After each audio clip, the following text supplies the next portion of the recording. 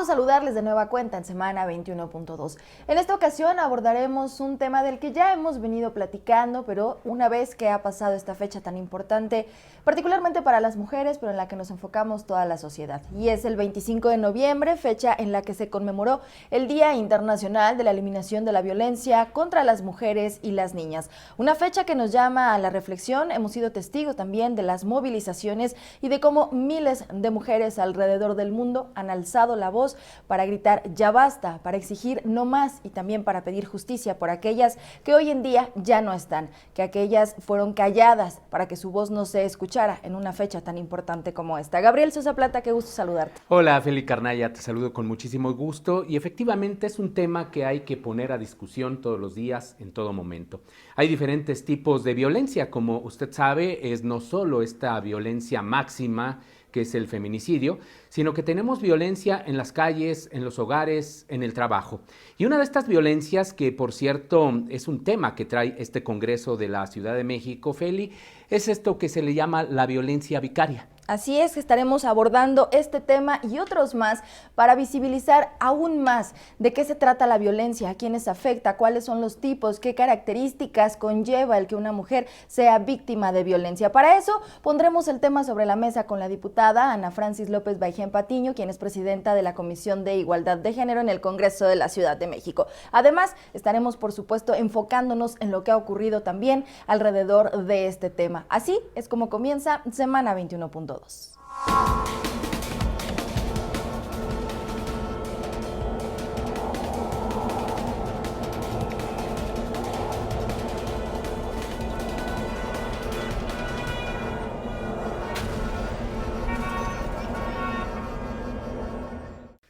A propósito de este 25 de noviembre, la Organización de las Naciones Unidas dio a conocer un estudio reciente. En este estudio se revela que de las más de 81,000 mujeres y niñas que fueron asesinadas el año pasado, más de la mitad de estos asesinatos ocurrieron de manos de sus parejas o familiares. Esto es parte de la tragedia que está viviendo en el mundo y por supuesto en nuestro país de la violencia hacia las mujeres. Vamos ahora con nuestro compañero Antonio Vázquez para que conozcamos qué es lo que piensan las capitalinas y capitalinos sobre la violencia que se vive en el día a día en esta ciudad.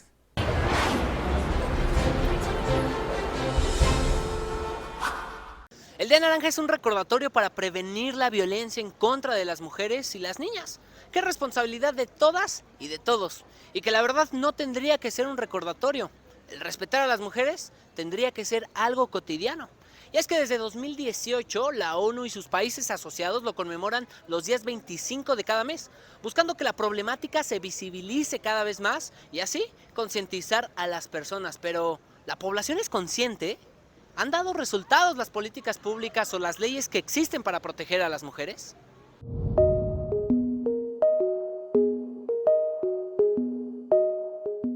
Amiga, ¿qué leyes conoces que protejan a las mujeres?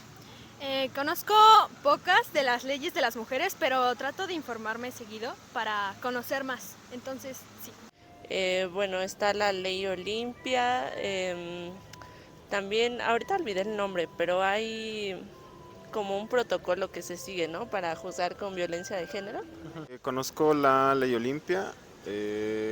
Bueno, últimamente en el metro he visto sobre que el acoso es un delito, entonces, pero solamente viene el artículo y la fracción, pero no hay como, bueno, yo no he visto como tal una difusión acerca de esa ley.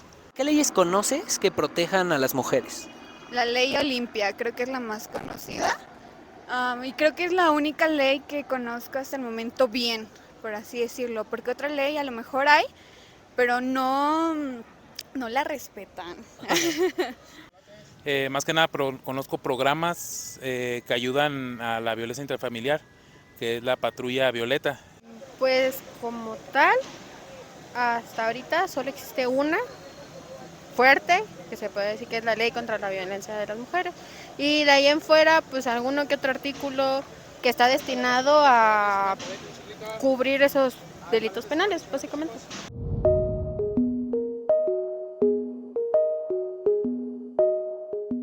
Bueno, ¿qué ley inventarías o qué ley propondrías para proteger a las mujeres?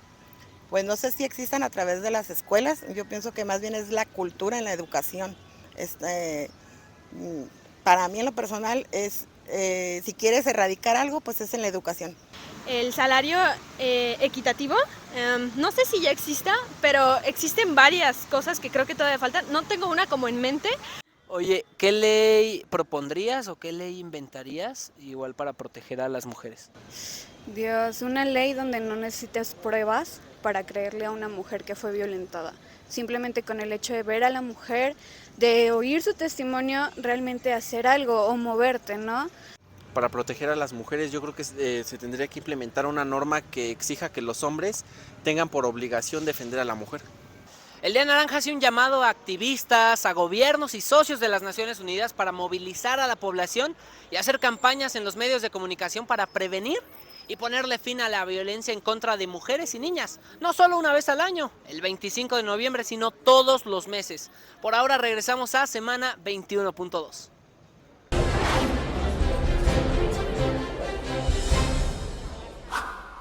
Gracias a Antonio Vázquez, que sale a las calles de la Ciudad de México y nos permite conocer su opinión y escuchar su voz en este tema tan especial como lo es la eliminación de la violencia contra las mujeres. Ahora, permítanos invitarle a conocer justamente parte de la trayectoria de nuestra invitada el día de hoy, con quien ponemos este tema sobre la mesa. Se trata de la diputada Ana Francis López Baijén Patiño, quien es integrante de la segunda legislatura y además preside la Comisión de Igualdad de Género.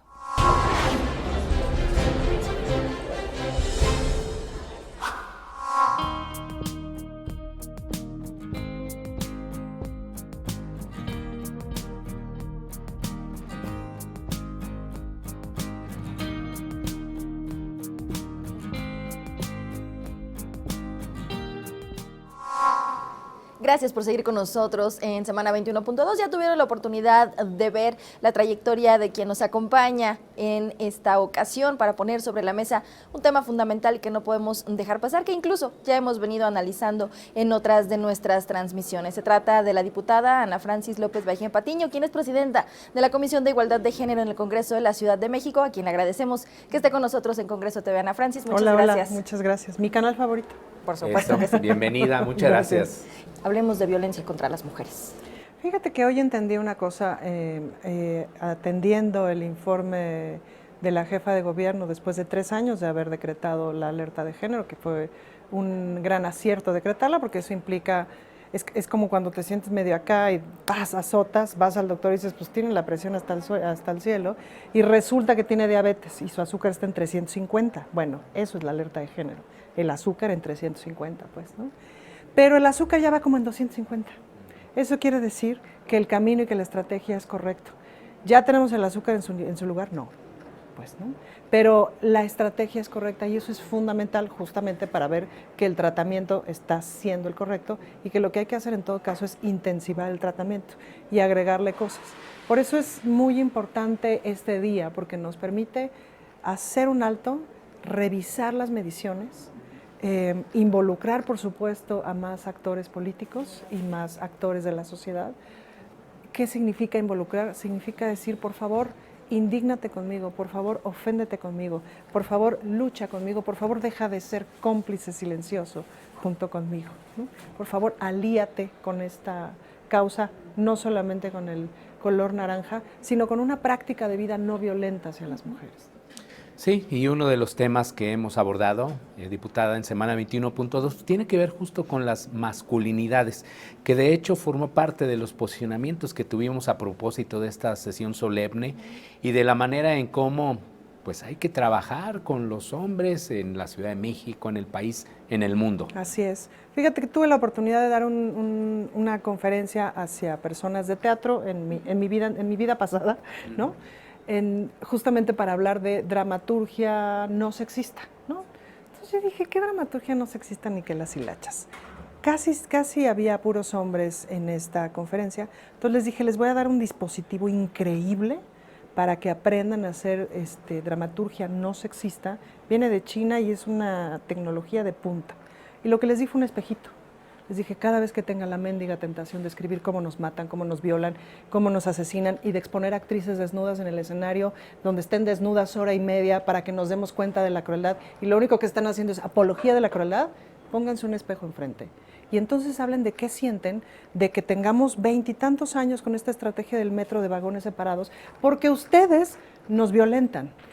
Pónganse un espejo enfrente y digan qué sienten de que tengamos que tener una ley de acceso de las mujeres a una vida libre de violencia, porque ustedes no nos permiten tener acceso a una vida libre de violencia.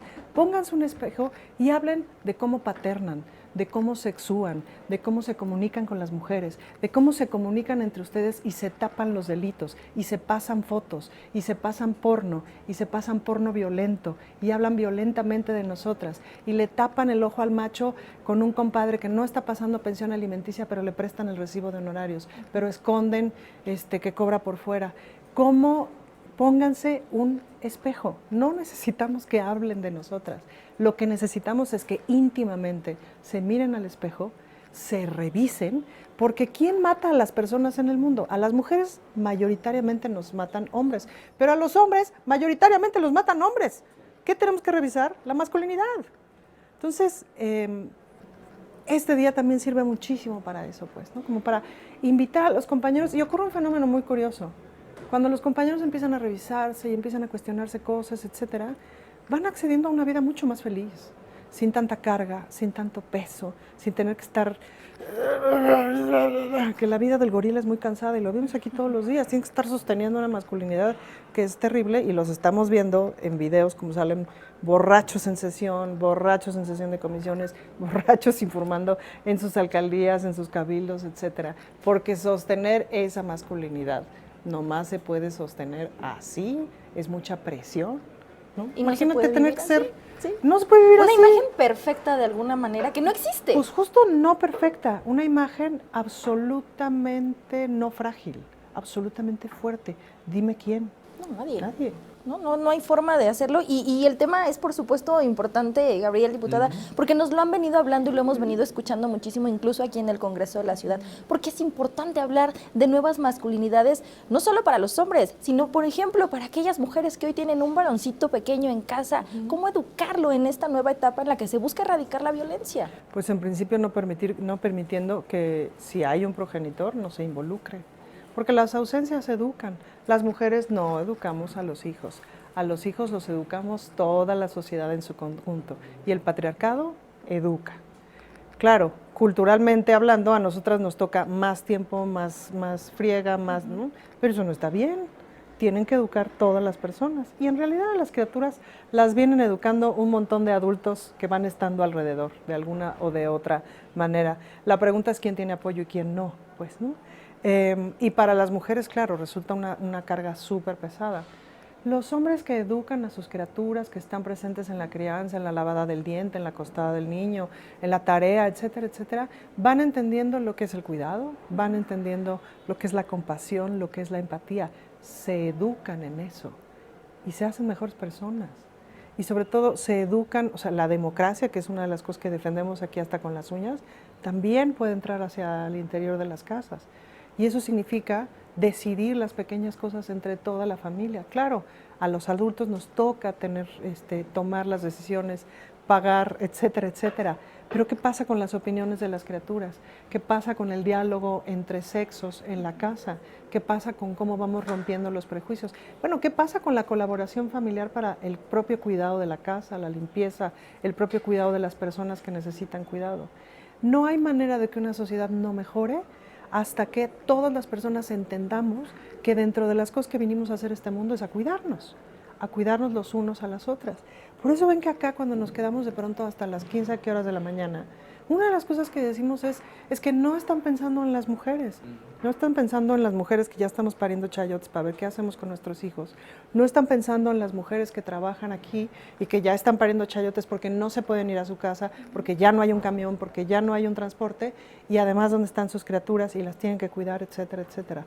En eso no piensan porque para los señores que luego toman estas decisiones de quedarnos hasta las 15 horas porque son los señores, hay una mujer que está cuidando su casa, hay una mujer que está cuidando a sus hijos, ni siquiera se les pasa por aquí la cuestión de ¿quién va a cuidar a mis hijos?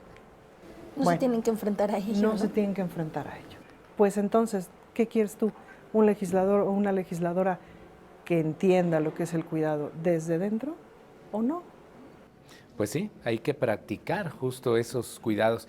Ahora, lo que hemos visto también en este programa, diputada, es de que esta reproducción de estos roles, pues también lo vemos constantemente, no solo en nuestras familias, sino también en los medios de comunicación. ¿Qué papel deberían tener los medios, el periodismo, lo que hacemos aquí en Congreso TV para pues apoyar a que todo esto, esta erradicación de la violencia, pues de alguna manera tenga un impacto en la vida cotidiana de las personas? Pues creo que de entrada empezar a dejar entrar la idea de que cuando hablamos de violencia de género no estamos hablando de un asunto de mujeres, estamos hablando de un asunto de derechos humanos y por lo tanto nos involucra a todas las personas porque de alguna o de otra manera accionamos para que ese sistema se conserve. Entonces, la única manera de romper ese sistema no es solamente que las mujeres hagamos todo lo que hacemos y seguiremos haciendo, sino que justamente se involucre toda la sociedad en su conjunto, instituciones, etcétera. En cuanto a los medios, pues vale mucho la pena pensar justamente cómo se van narrando las cosas, ¿no? Por ejemplo, a mí me llama mucho la atención la narrativa sexista y misógina que hay hacia la jefa de gobierno. Cada vez que le dicen regenta en algunos medios, lo que en realidad están diciendo es, esta es una mujer que no tiene agencia sobre sí misma, esta es una mujer que está ciega por el presidente y todo le hace caso. Como si la jefa de gobierno no fuera una doctora en física de muy tú las traes, porque tiene todos los títulos nobiliarios científicos del mundo, y claro que tiene su propia agencia y su propio pensamiento, ¿me explico? Como todas las mujeres. Entonces es como, ¿sabes? Como esas pequeñas narrativas constantes de misoginia, me parece que es importante observarlas. El cómo tratamos un caso, el cómo tratamos un feminicidio, el quiénes son las personas que salen a cuadro y cumpliendo qué rol, quiénes son las personas que dirigen los medios, ¿no? También ahí. Casi todos son hombres, pues, ¿no? Es cierto. En los consejos, casi todos son hombres. Por lo tanto, quien decide, y es muy importante lo que dices con respecto a los medios, porque la batalla ahorita no está en las urnas, no está en la calle, la batalla es la narrativa. Por eso Netflix saca lo que saca, por eso las plataformas digitales sacan las historias que sacan, porque fíjate, la batalla ni siquiera está en la nota periodística tanto, sino en cómo se cuenta la historia. Me contaba una buena amiga que estaba con la abuela de su hijo comiendo, no sé qué, y entonces que la abuela de su hijo estaba discutiendo sobre el 68, que si los estudiantes habían sido manipulados por el gobierno, que si no sé qué, ¿no? Y entonces mi amiga le decía, ¿pero de dónde sacas esa información? Es que acabo de ver la serie, tienes que ver la serie en la temporada 2 para que entiendas qué pasó en el 68. Imagínate tú el asunto, no he visto la serie, no estoy diciendo que no sea certera, pero imagínate tú que de pronto el aprendizaje histórico y tu pensamiento crítico esté determinado porque te cuenten bien una historia. Entonces los medios son parte justamente de esa narrativa. ¿Qué están contando los medios, no? Y además de esta narrativa que puedan llevar a cabo los propios medios de comunicación, también es lo que ocurre al interior del Congreso, que es también parte fundamental de lo que tenemos que abordar, porque cómo se construyen las leyes es la forma en la que se van a entender allá afuera también.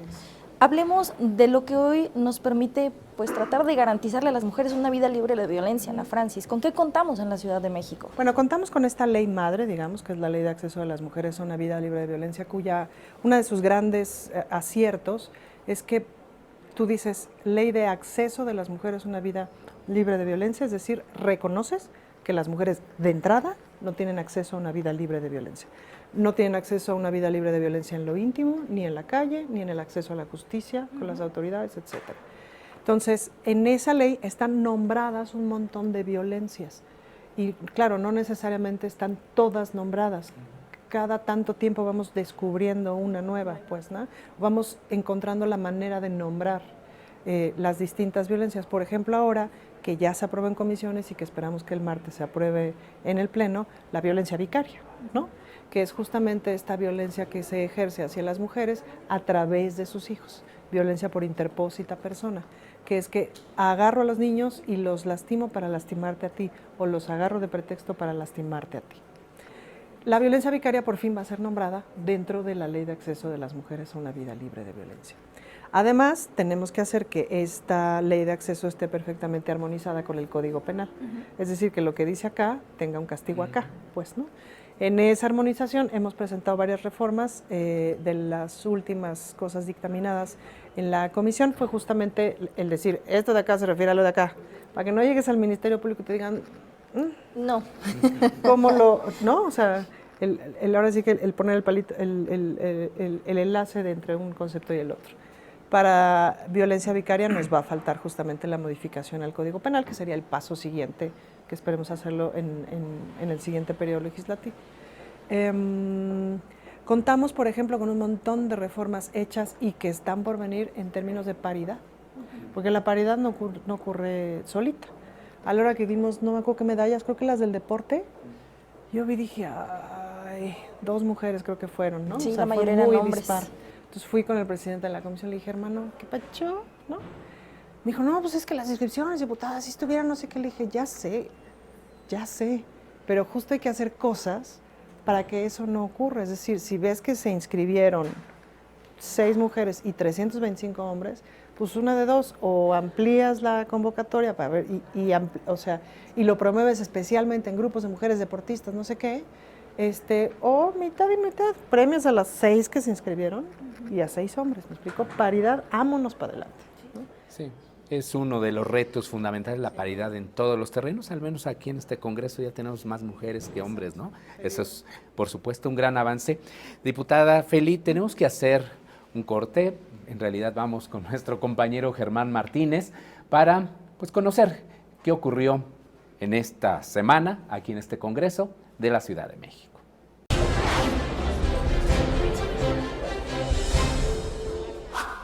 Hola, ¿qué tal amigas y amigos de Semana 21.2? Yo soy Germán Martínez y les presento la información más relevante ocurrida aquí en el Congreso de la Ciudad.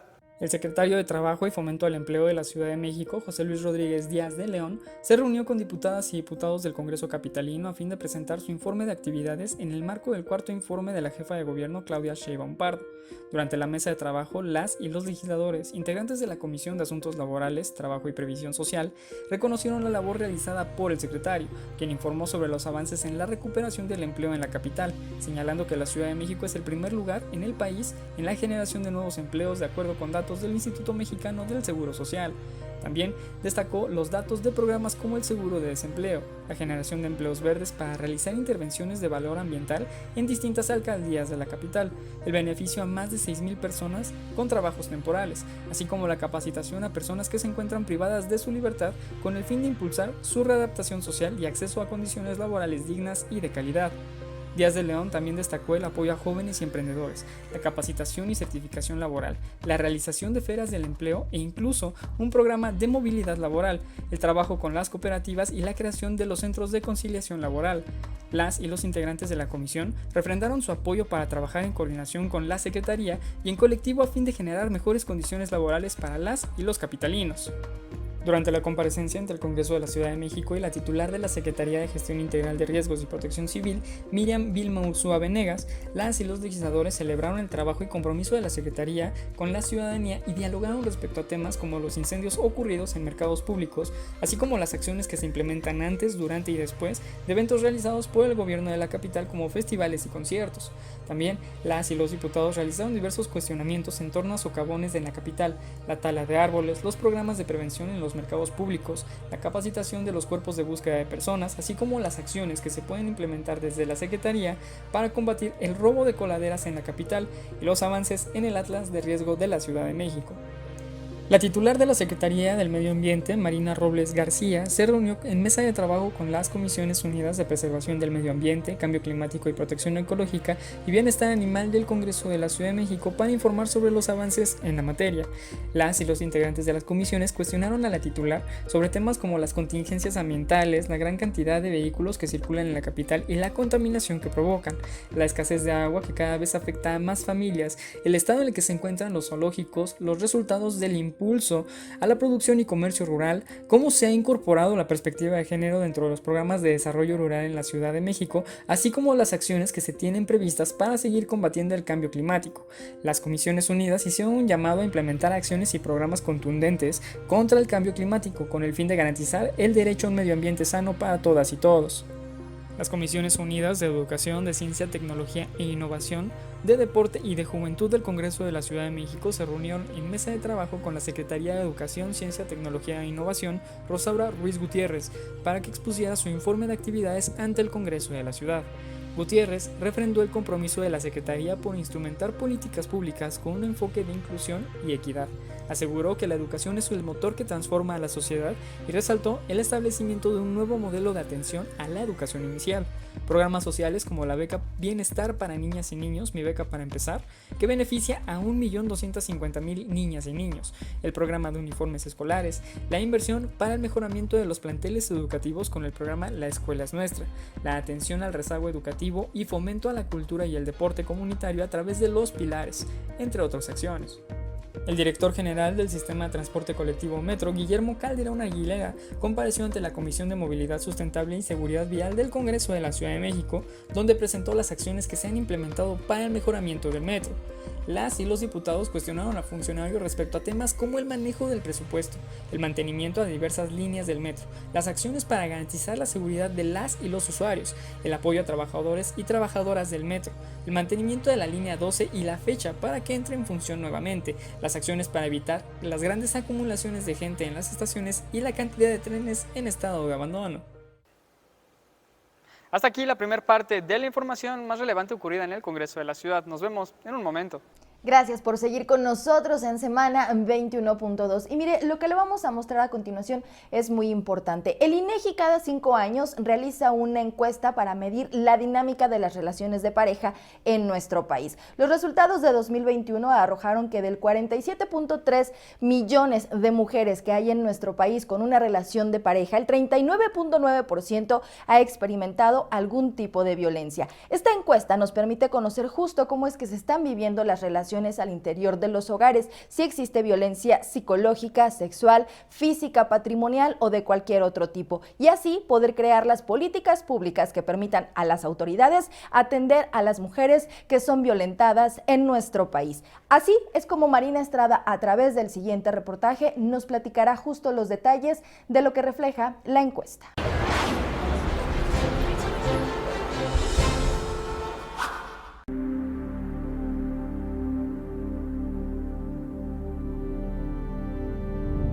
La violencia contra la mujer es una violación de derechos humanos y un delito que vulnera su vida y su libertad, y en muchas ocasiones la de sus hijos y su familia cercana. De acuerdo con la encuesta nacional sobre la dinámica de las relaciones en los hogares 2021, la ENDIRE, presentada por el INEGI en agosto pasado, en México 70.1% de las mujeres de 15 años y más ha experimentado al menos una situación de violencia a lo largo de su vida. La violencia psicológica es la de mayor prevalencia con 51.6%, seguida de la violencia sexual con 49.7%. Y es en el ámbito comunitario y en las relaciones de pareja donde se presenta con mayor incidencia. De acuerdo con la encuesta, los estados con más índice de violencia contra las mujeres de 15 años y más son el Estado de México con 78.7%, la Ciudad de México con 76.2% y Querétaro con 75.2%. En la Ciudad de México, 58.7% de la población de mujeres en este rango de edad ha vivido situaciones de violencia sexual en el ámbito comunitario a lo largo de la vida. 41.6% han sido violentadas por su pareja a lo largo de la relación actual o última. Además, 22.6% han vivido situaciones de violencia sexual durante su vida escolar. Para prevenir, atender y erradicar la violencia contra las mujeres, la Ciudad de México cuenta con diversas leyes, entre ellas la Ley de Igualdad Sustantiva y la Ley de Acceso de las Mujeres a una Vida Libre de Violencia. La doctora Lucía Núñez, del Centro de Investigaciones de Estudios de Género de la UNAM, nos habló sobre la importancia de estas normas. Y estas leyes son importantes porque buscan cambiar, transformar la estructura de desigualdad entre hombres y mujeres. Y no son, o no se reducen, más bien me atrevo a decir que no son en absoluto punitivas, es decir, no atienden las desigualdades desde el ámbito sancionatorio. Entonces, yo creo que ha sido un gran avance. La Ley de Igualdad Sustantiva, aprobada en 2007, establece en esencia que la mujer debe tener acceso al mismo trato y oportunidades que los hombres en cuanto al reconocimiento y ejercicio de los derechos humanos y las libertades fundamentales, con lo que busca eliminar la discriminación contra la mujer en los ámbitos público y privado. La igualdad sustantiva es la igualdad de hecho, la igualdad en todos los espacios, para lo cual es necesario modificar las circunstancias que impiden a las mujeres ejercer plenamente sus derechos.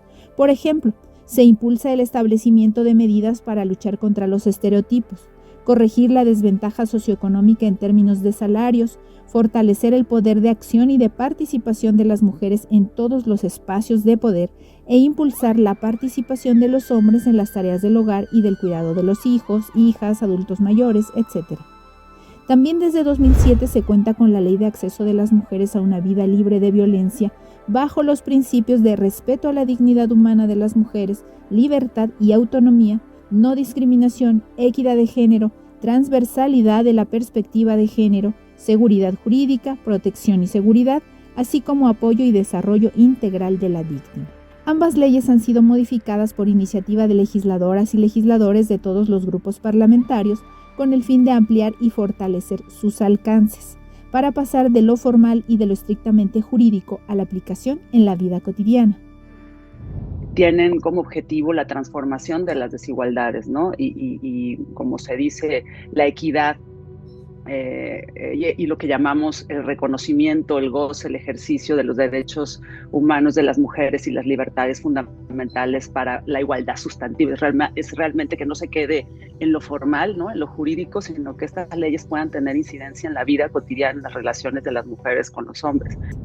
Como parte de estas modificaciones a dichas leyes, en 2019 se aprobaron reformas al Código Penal local y a la Ley de Acceso de las Mujeres a una Vida Libre de Violencia, impulsadas por la sociedad civil y el gobierno local, que dieron origen a la Ley Olimpia, que reconoce la violencia digital como un delito y establece sanciones a quienes violen la intimidad sexual de las personas a través de medios digitales. Y aunque de acuerdo con la doctora Núñez esta norma ha tenido críticas por la forma de operar en la práctica, la ley es importante porque enuncia un delito que no estaba visibilizado.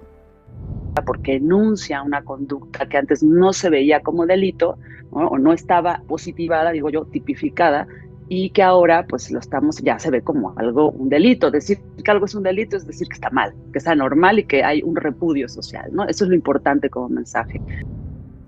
Al respecto, según datos ofrecidos en la comparecencia de la secretaria de las Mujeres, Ingrid Gómez Saracíbar, ante diputados y diputadas locales, a junio del presente año, la Fiscalía General de Justicia ha recibido 3.094 denuncias y en todos los casos se ha logrado eliminar el contenido digital.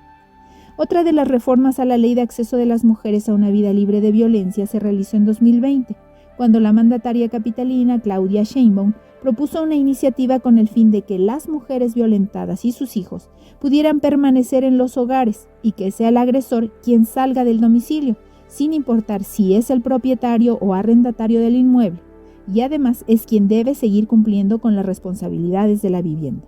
Según datos de la Secretaría de las Mujeres que se dieron a conocer durante el tercer informe anual de resultados de la alerta por violencia contra las mujeres a 3 años de su implementación, esta ley ha dado resultados positivos. La medida de protección que hoy es ley, el agresor sale de casa, y que según los datos del tribunal se han otorgado alrededor de 1,000 medidas de protección en este rubro que tienen este objetivo, que los hombres agresores salgan de sus casas y sean las mujeres, sus hijas e hijos quienes se queden ahí. De acuerdo con la dependencia, la célula especializada en medidas de protección ha tramitado 1.107 órdenes, de las cuales 163 estuvieron vinculadas con el agresor sale de casa. También en 2020 se aprobó el dictamen que establece el registro público de agresores sexuales sentenciados, esto para efectos de protección y seguridad, en cuya base de datos se tiene a 408 personas registradas a la fecha. Un aspecto fundamental para prevenir, atender y sancionar la violencia hacia las mujeres es contar con los recursos necesarios para implementar las modificaciones a las leyes mediante estrategias y programas. De acuerdo con datos del Centro de Estudios Legislativos de Género del Congreso de la Ciudad, en 2021 el presupuesto concentrado para que 50 dependencias, entidades o alcaldías atendieran con perspectiva de género fue de 13.485 millones de pesos, es decir, el 6.18% del presupuesto total de la ciudad. Este 2022 representó también el 6.5%. Estas modificaciones legislativas son parte de las 11 medidas que se anunciaron el 25 de noviembre de 2019, cuando se declaró la alerta de género para fortalecer la prevención, detección y sanción de la violencia hacia las mujeres. Medidas a las que se suman el reforzamiento de las agencias del Ministerio Público especializadas en delitos sexuales, el reforzamiento de las 27 lunas o centros de atención y la adecuación de senderos seguros, que ya suman 710 kilómetros intervenidos, de acuerdo con cifras del gobierno local. Además, datos de la Secretaría de las Mujeres señalan que los espacios de refugio han atendido del 1 de enero del 2019 al 31 de julio de este año a 2.013 personas. En cuanto a la línea de emergencia *765, esta ha recibido 27.197 llamadas que han derivado en 1.494 detenciones de agresores, identificando además de forma oportuna 901 casos de riesgo feminicida. A esto se suma otra estrategia de prevención primaria de la violencia, las brigadas de la Red de Mujeres por el Bienestar, que han visitado 523 colonias y han canalizado a más de 13.000 mujeres, promoviendo los derechos humanos de la población femenina. Como resultado de estas leyes y estrategias, las autoridades locales dieron a conocer que la Ciudad de México es la segunda entidad con mayor disminución de la violencia, en un 16%. Estos esfuerzos nos permiten destacar con datos del Instituto Nacional de Estadística y Geografía que la Ciudad de México es la segunda entidad con mayor disminución de prevalencia de violencia de las 23 entidades federativas con alerta de género. Por su parte, la fiscal capitalina Ernestina Godoy destacó también que se ha registrado una disminución importante de las muertes violentas en las mujeres. El conjunto de políticas y estrategias contenidas en la alerta han dado resultados. Con respecto a 2019, la Ciudad de México observa una disminución de 35% en los casos lamentables de muertes violentas de mujeres, lo que nos coloca como la sexta entidad a nivel nacional con mayor disminución de muertes violentas de mujeres. Además, informó que son más de 9.000 agresores de mujeres que están vinculados a proceso. De enero de 2019 a noviembre del presente año, hemos vinculado a proceso a 9.633 agresores de mujeres.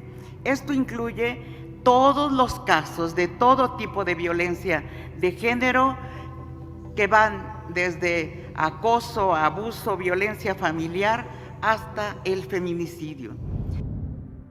La funcionaria explicó también que se pasó de imputar un promedio de 167 agresores al mes en 2019 a 278 en 2022, lo que significa un aumento del 66%. Además de las modificaciones a leyes que atienden exclusivamente temas relacionados con la violencia hacia las mujeres, el Congreso de la Ciudad revisa y reforma otros ordenamientos de manera que la perspectiva de género cruce todos los espacios donde se desarrolla la vida de las mujeres y las niñas, con el fin de abatir la desigualdad estructural y material que impide el acceso a todos los derechos. Al respecto, la doctora Lucía Núñez, del Centro de Investigaciones de Estudios de Género de la UNAM, señaló que es fundamental que las leyes modifiquen las estructuras institucionales y sociales que sostienen las complejas manifestaciones de la violencia. Sin embargo, sus efectos no son notorios a corto plazo debido a que se trata de procesos sociales que requieren de tiempo para materializarse. Por eso llamó a reforzar la prevención de la violencia contra las mujeres fuera del ámbito penal. Yo lo que creo es que tenemos que empezar a ver a la prevención fuera de lo penal. Hay un efecto para mí sí neoliberal perverso. O sea, la prevención parece que está incrustada en los aparatos de procuración y administración de justicia. Para mí la prevención está fuera de ese ámbito, está dentro de estas leyes importantes que no están en lo penal de atención. Por ejemplo, en la Ley General de Acceso a las Mujeres a una Vida Libre de Violencia, en la Ley de Igualdad entre Hombres y Mujeres, en las leyes laborales, en las leyes de salud, donde ahí, en las leyes de educación, donde ahí es donde tenemos que poner en pie de igualdad diversa, diferenciada a hombres y a mujeres. Asimismo, la doctora Lucía Núñez señala que es fundamental mejorar la difusión de las leyes en materia de prevención, atención y sanción de la violencia contra las mujeres, de manera que la legislación salga de los espacios formales y sea conocida en los ámbitos donde se ejercen dichas violencias. Muchas gracias a Marina Estrada por este reportaje que nos arroja mucha luz sobre las acciones de política pública que se han desarrollado en nuestro país y de manera específica en la Ciudad de México. Hay una coincidencia, que todas y todos podemos eliminar la violencia desde casa. La formación fundamental en nuestra casa, en nuestras escuelas, desde ahí se debe fomentar una cultura de paz. Bien, ahora le invito a ver esta segunda parte del resumen legislativo que nos ofrece nuestro compañero Germán Martínez.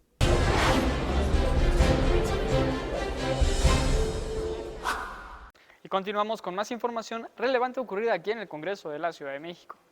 La Comisión de Presupuesto y Cuenta Pública del Congreso de la Ciudad de México se reunió con las personas titulares de las alcaldías Coajimalpa de Morelos, Cuauhtémoc, Gustavo Amadero, Iztacalco, Iztapalapa, Miguel Hidalgo, Álvaro Obregón y Milpa Alta, para que informaran sobre cómo se ha ejercido el presupuesto en las demarcaciones y los proyectos de presupuesto para el ejercicio fiscal del próximo año. Durante las mesas de trabajo se abordaron temas relacionados con la seguridad, la infraestructura, la recuperación económica, las acciones para erradicar la violencia contra las mujeres, la atención a las infancias, la movilidad, el mantenimiento a las escuelas, la recuperación de espacios públicos, las acciones de promoción de cultura y tradiciones, la inversión pública y el ejercicio del presupuesto participativo, entre otros temas. Las y los integrantes de la comisión escucharon las exposiciones de los titulares de las alcaldías y refrendaron su compromiso por generar un presupuesto justo y equitativo que beneficie a la ciudadanía bajo los criterios de austeridad y eficiencia presupuestal.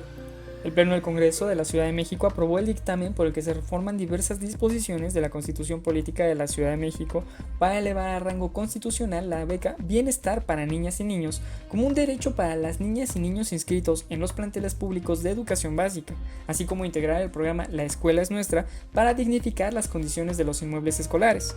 El diputado Diego Orlando Garrido López, presidente de la Comisión de Puntos Constitucionales e Iniciativas Ciudadanas, explicó que la reforma beneficiará a más de 1.250.000 niñas y niños inscritos en las escuelas de educación inicial, preescolar, primaria y secundaria con un impacto presupuestal de 5.400 millones de pesos y apoyará a 2.798 inmuebles de educación básica pública en la capital con un impacto presupuestal de 350 millones de pesos. Con la reforma se garantiza el monto de los recursos asignados en el presupuesto de egresos de la ciudad para cada ejercicio fiscal y que estos no puedan ser disminuidos.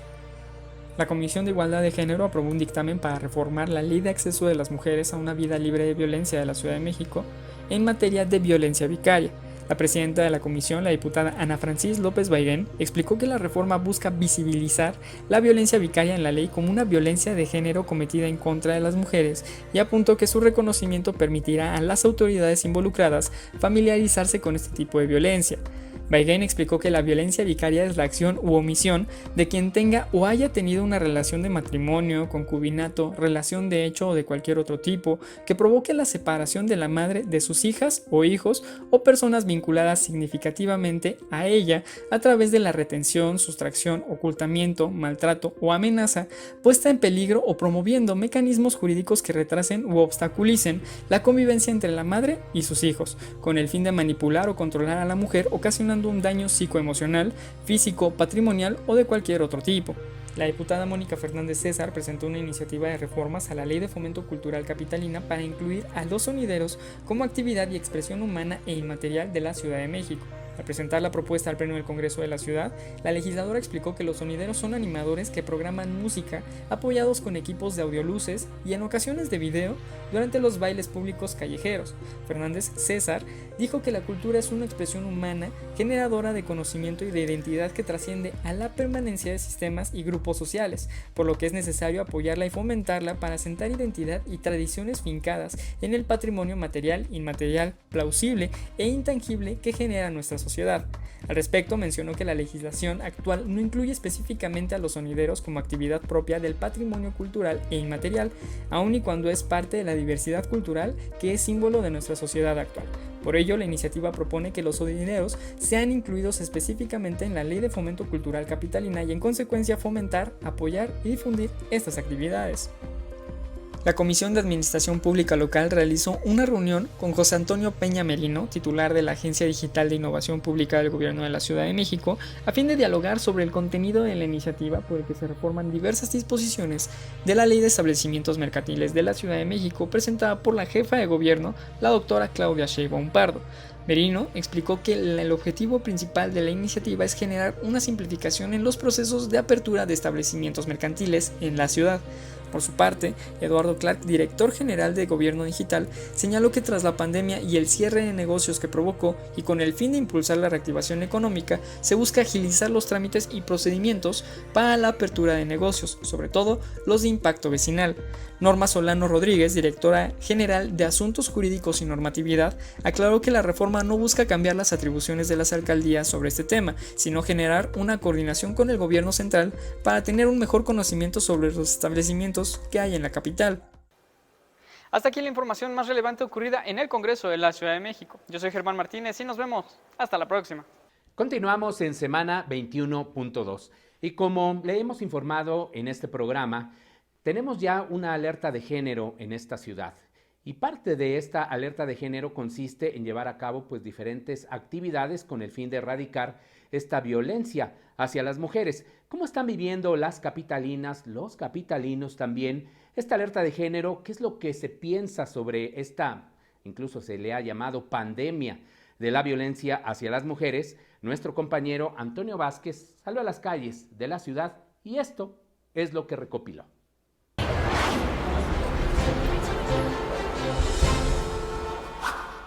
Los días 25 de cada mes representan una oportunidad para sumarse al llamado de la no violencia contra las mujeres y contribuir a construir un mundo libre de discriminación, desigualdad y actos de violencia hacia las mujeres y hacia las niñas. ¿Cómo se suma la población? ¿O qué haría la gente para erradicar la violencia de género? Esto nos cuentan.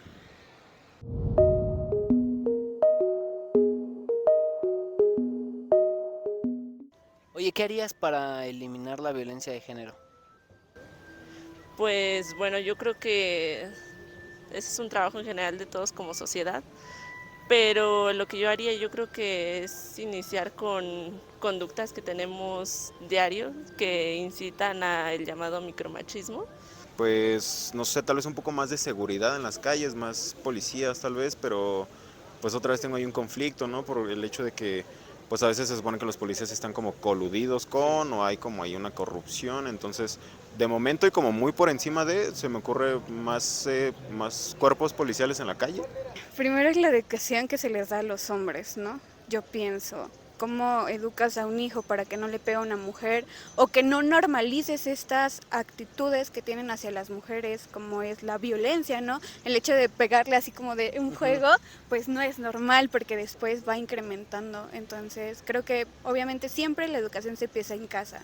Primero que nada, yo creo que el problema empieza de raíz, ¿no? Tendría que ser implementar una materia desde muy jóvenes que nos empiece a meter esa idea, ¿no? Que es la protección.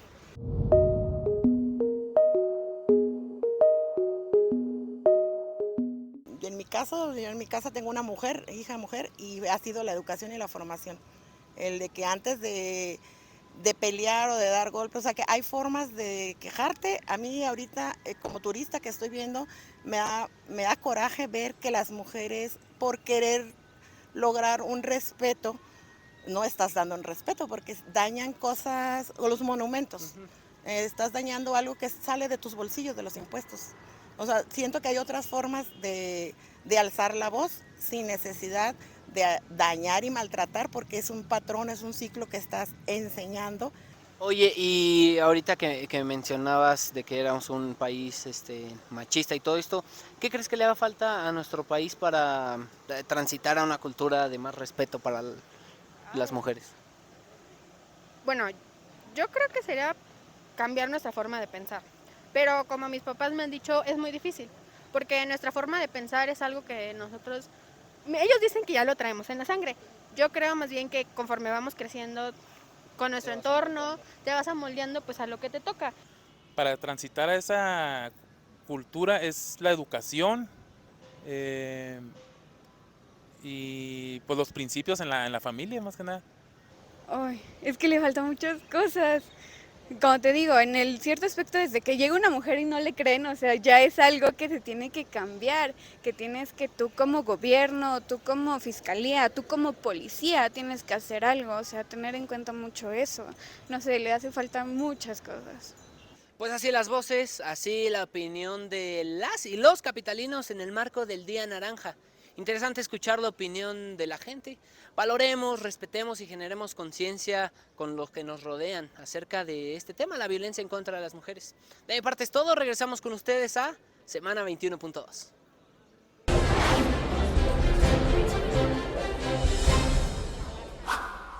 Gracias por seguir con nosotros y hablando y por supuesto poniendo el tema sobre la mesa. Importante escuchar su opinión. Sin duda alguna nos permite conocer cuál es el escenario que se vive allá afuera respecto de este tema de la violencia contra las mujeres. Y con la diputada Ana Francis justamente estamos tratando de desmenuzar cuáles son las herramientas jurídicas con las que contamos las mujeres en la capital. Gabriel ya nos hablaba pues de una serie de reformas y también de esta próxima a subirse al pleno como lo es la violencia vicaria. Tenemos muchas herramientas, pero también allá afuera hay asociaciones, hay organizaciones, hay hasta chats de confianza y líneas gratuitas para que las mujeres sean atendidas. Ana Francis, ¿es necesario y suficiente lo que tenemos? Necesario sí, suficiente probablemente no, pero te voy a decir qué es lo que no es suficiente todavía. La confianza de las mujeres para denunciar y la respuesta, sin duda, de las autoridades para corresponder con la mayor eficacia, eficiencia, etcétera, posible a esas denuncias para que accedas a la justicia.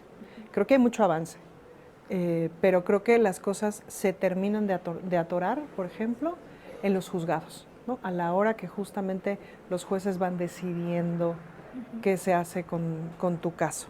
Todo ese tránsito puede convertirse en un infierno pavoroso.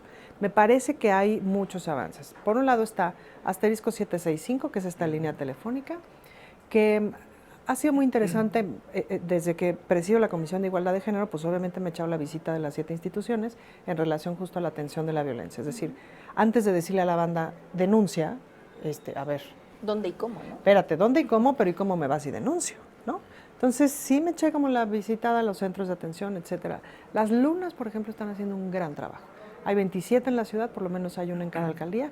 Tú llegas a la luna con la broncota del tamaño del mundo y cuando estás en una circunstancia de violencia, muchas veces no sabes qué hacer, porque quien te acaba de violentar es el señor al que amas y que te ama, y el papá de tus criaturas, y además no necesariamente tienes lana y tienes criaturas chiquitas. No es fácil decidir qué hacer, pero en la luna te van dando acompañamiento terapéutico y acompañamiento legal. Si decides denunciar, y ojo que estoy haciendo énfasis en ese asunto, porque denunciar no es obligatorio para las mujeres, luego no estamos preparadas y también hay que respetar esa decisión. Luego renunciar significa que tienes que cambiar de ciudad o que tienes que renunciar a un montón de cosas, o luego tienes que hacer un montón de cosas antes, como acompañamiento terapéutico, como hacerte de unas redes, como encontrar un mejor trabajo o un trabajo que te remunere, etcétera, para entonces denunciar. ¿Me explico? El chiste es que cada mujer sabe, lo que hemos dicho las feministas desde siempre. Las mujeres sabemos lo que tenemos que hacer, lo único que necesitamos es que no se nos cierren las puertas y que haya opciones. Entonces, en las lunas te acompañan, también hacen un tamizaje, digamos un diagnóstico. Otra vez vuelvo al ejemplo de la diabetes porque ayuda mucho. No es lo mismo cómo tienes que accionar si tienes 420 de diabetes así tienes 120, ¿me explico? Del azúcar, no de diabetes, del azúcar. Si tienes 420, seguramente te tienen que inyectar un algo para bajar el azúcar, ¿no? Pero si tienes 120, te van a decir, a ver, hermana, revisemos tu dieta, ¿no? Entonces, en la luna justamente te dicen, chata, estás en riesgo feminicida, por favor, ahorita ya no regreses a tu casa. O estás en una circunstancia de violencia, estás como aquí, digamos, en este lugar, si sigues... O sea, si seguimos como así como va, vas a estar en riesgo feminicida pronto. ¿Me explico? Hay un tamizaje importante que es bueno verlo. Que es un poco como el violentómetro, que todo mundo ahora ya más o menos conoce, pues, ¿no? Y que si usted alguna vez ha sufrido, ha estado en una circunstancia de violencia de género, lo cierto es que luego no te das cuenta. Es decir, estás ahí y dices, ah, caray, ¿yo por qué ya estoy en el naranjita? Ah, claro, eso no es normal, ¿no? Sí. Y nos pasa a todas, universitarias, feministas, amas de casa, madres de familia, muy tú las traes, solteras, casadas, con mucha autoestima, con poca autoestima, en mejores épocas, en peores épocas. Nos pasa a todas porque hay una cultura que normaliza. Entonces, lo bueno de la estrategia de prevención del feminicidio que está aplicando el gobierno de la ciudad es que entiende eso, que entiende esa complejidad sistémica. Entonces, desde las lunas te pueden orientar de cómo para dónde vas. Si ven que tú estás en una circunstancia de riesgo feminicida importante y ya no regresas, pues te hablan.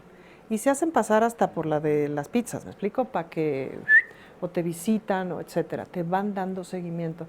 Que eso es muy importante para entender cómo se hace una política pública de atención a la violencia de género, que no es de un día, no es de una denuncia, no es de te atiendo ahorita y te llevo al hospital. No, es todo un proceso para acompañar a las mujeres a que sean autónomas, autogestivas de su propio bienestar. Acompañarlas en dado caso con un apoyo económico, como es el que se da ahorita a mujeres en situación de violencia, que empezó el sexenio en 1,200 y tantos, y vamos en 5,250 pesos, que ya es bastante más razonable, y el acompañamiento a las fiscalías, ¿no? Que ahorita la fiscalía, en términos de la atención a todas las violencias de género, tiene muchísimo mejor calidad de atención. Igual son 4 horitas las que te vas a soplar a la denuncia, ¿no? Pero tiene una atención integral.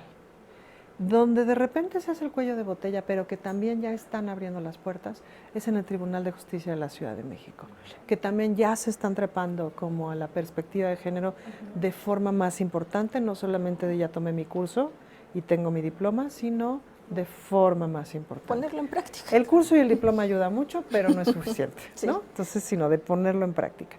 Claro, ya hay una presión del tamaño del mundo, presión de la jefa de gobierno, presión de la Fiscalía, de la Secretaría de las Mujeres, del Congreso, ya todos estamos presionando así de chatos, se están quedando muy atrás, pues, ¿no?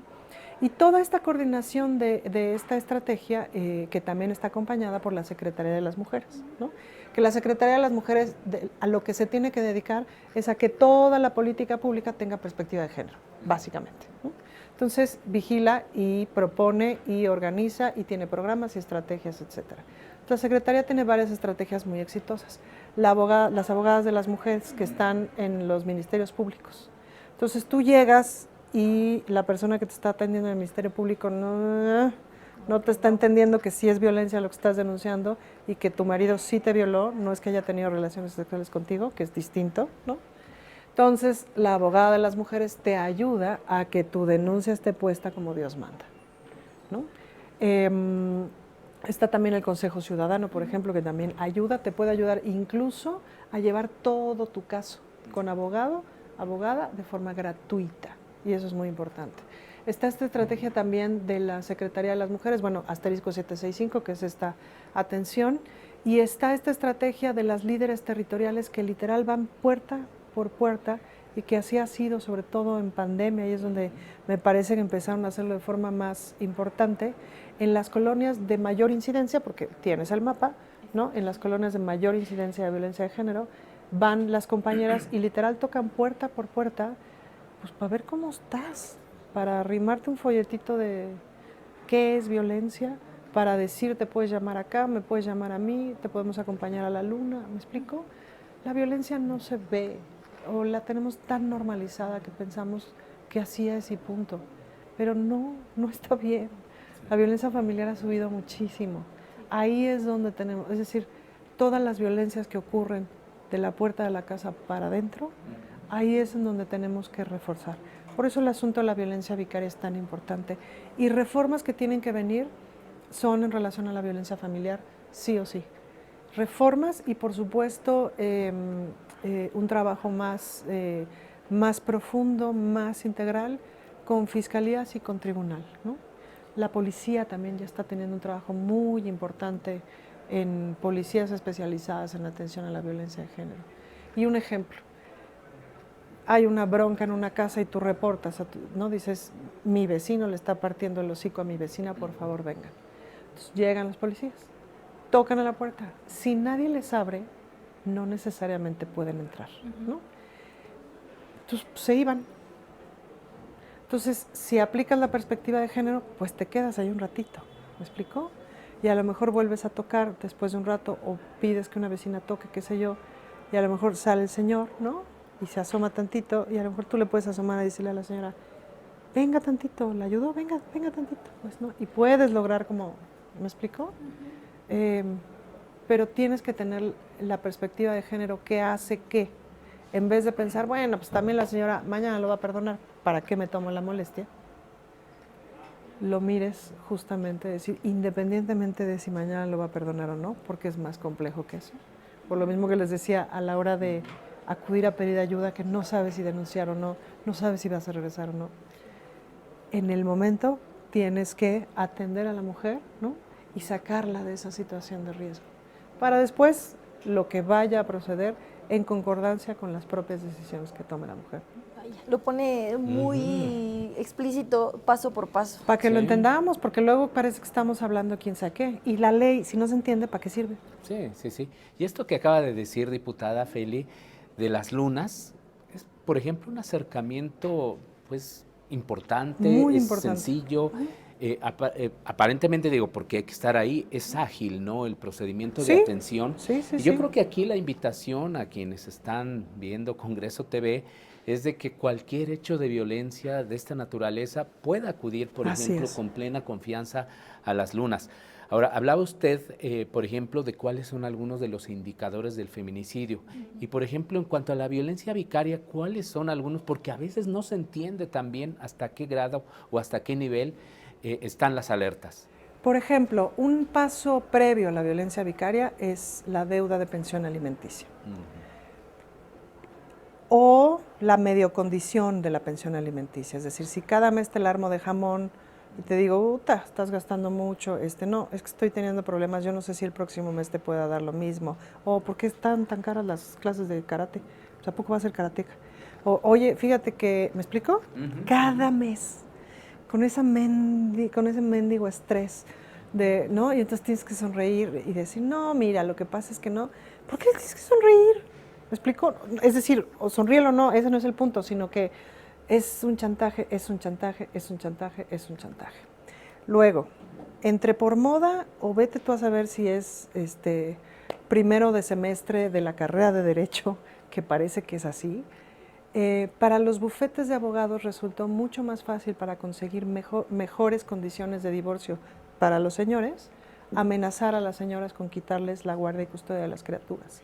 O quitarles la guardia y custodia de las criaturas para no dar pensión alimenticia.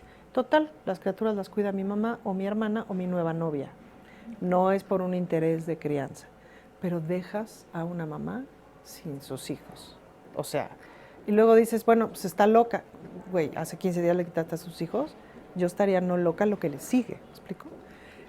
O les inventan cargos falsos, etcétera. Y estas son de pronto estrategias legales de los bufetes de abogados de terror, o compran a los abogados de ellas, ¿me explico? Y entonces todo se vuelve en un berenjenal espantoso. Entonces, el asunto es que ha sido de alguna manera, o sea, es una combinación de violencias, pues, ¿no? Es una combinación también de violencia económica. Entonces, el no pasar pensión alimenticia, y no pasarla sin problemas, me explico, sino suavecito, etcétera, es una bronca que puede ser el anticipo, digamos, a la violencia vicaria. Y la violencia vicaria puede ser un antecedente de feminicidio. Entonces, otra vez, como en el violentómetro, ¿me explico? Hay que estar almejas. 3 de cada 4 papás de la Ciudad de México no pasan pensión. Es un problema sistémico. Entonces, claro que es un problema de los papás, pero es un problema también de los empleadores que no declaran los ingresos y que aceptan pagarles por fuera. Es un problema de los tribunales que voltean para otro lado a la hora de las sentencias. Es un problema también de la policía que si no ejecuta las sentencias de aprender a los deudores alimentarios, ¿no? También metimos una iniciativa para que en vez de 90 días, de que a los 90 días se declare deudor alimentario, pues se declare a los 30 días, porque las criaturas tienen la mala costumbre de necesitar cosas todos los días, como el alimento, el vestido, etcétera, ¿no? Entonces, pues es importante como ir viendo todas esas cosas. El gran reto ahora, o digamos el último lugar del patriarcado, es el Poder Judicial.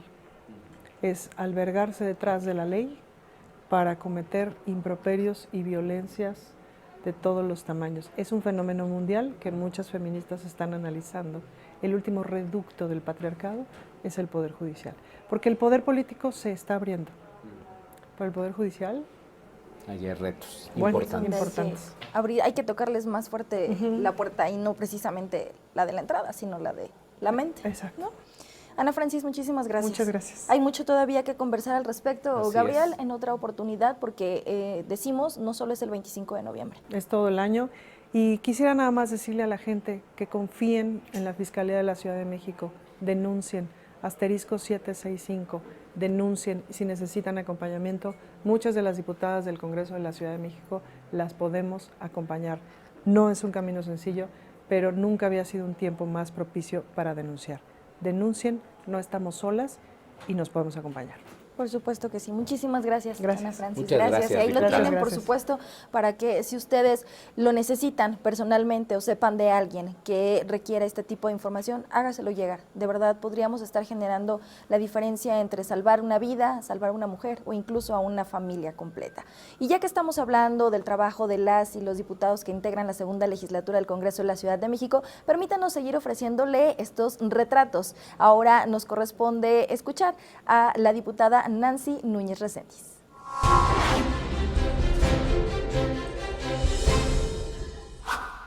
Soy Nancy Núñez, diputada local por Azcapotzalco. Soy una mujer, madre de una pequeña de 6 años, feminista, y a quien tiene una máxima que nuestro verdadero trabajo de los representantes populares tiene que estar en territorio. Compartimos algunas problemáticas que también se viven en otras partes de la ciudad, como el tema de acceso al agua, ¿no?, que es algo que ya se está trabajando desde el gobierno de la ciudad, y combatir la inseguridad, que afortunadamente también en la ciudad ya hay un avance. Son las dos demandas más sentidas en nuestra alcaldía. Y bueno, lo demás que tiene que ver con servicios públicos de podas, desasolves, atención a la red de drenaje, a la red hídrica y ese tipo de situaciones. Nosotros trabajamos para todos y todas. Sin embargo, una de las agendas prioritarias que no solo tenemos ahora en el Congreso, sino desde hace muchos años, es acompañar la lucha que llevamos a cabo las mujeres por tener un pleno acceso a nuestros derechos. Entonces, en Azcapotzalco hemos detonado muchas acciones para las mujeres. También tenemos un acercamiento importante con los sectores deportistas, con el sector cultural, con los sectores de nuestros pueblos. Azcapotzalco es la alcaldía con más pueblos y barrios originarios de toda la ciudad, por eso es muy importante estar en contacto con estos sectores, pero estamos para atender a todos y todas. Hemos presentado diversas iniciativas en materia de igualdad de género. Se aprobó ya una iniciativa que tiene que ver con la obligatoriedad que tienen las alcaldías para integrar los gobiernos de estos órganos, en donde ya se tiene que cumplir la paridad y tenemos que tener en los puestos de estructura al menos el 50% de mujeres. Desde las direcciones generales actualmente hay una desigualdad, hay alcaldías que de 8 direcciones generales solo tienen una mujer. Entonces ya se aprobó esta iniciativa, la presentamos, ya se aprobó, hemos presentado algunas otras en materia de combatir y sancionar la violencia vicaria. También hemos presentado algunas otras iniciativas que tienen que ver con que los servidores y los servidores públicos den su declaración 3 de 3 y no sean deudores alimentarios, no tengan algún proceso, y esto también nos ayuda a combatir de alguna forma la violencia que enfrentan las mujeres. Y bueno, muchos puntos de acuerdo, etcétera. Sobre deportivos también hemos presentado puntos de acuerdo, recintos culturales. Hemos en un año de trabajo legislativo presentado más de 18 puntos de acuerdo, 5 iniciativas. Las y los diputados somos quienes nos encargamos de legislar. Nuestra principal función es legislar en materia de todo ordenamiento jurídico aquí en el Congreso, y que esto está establecido en las leyes, los reglamentos de la ciudad para el pleno acceso y tener una mejor calidad de vida de los habitantes de Azcapotzalco. Pero sobre todo, más allá de legislar, tenemos que ser estas figuras que les representen, que tengan la confianza de acercarse con nosotros, que a nosotros no es que nos toque hacer el desasolve, hacer la poda, arreglar la luminaria, pero con mucho gusto tenemos módulos de atención en donde es nuestra obligación canalizar esas peticiones y ser estos representantes que acompañemos a nuestros vecinos, nuestras vecinas, que la verdad es que a un año de labor legislativa yo me siento muy satisfecha de haber estado realizando un trabajo en las colonias, y que muchas de esas cosas son las que venimos a dar aquí a la tribuna también a través de diversos puntos de acuerdo.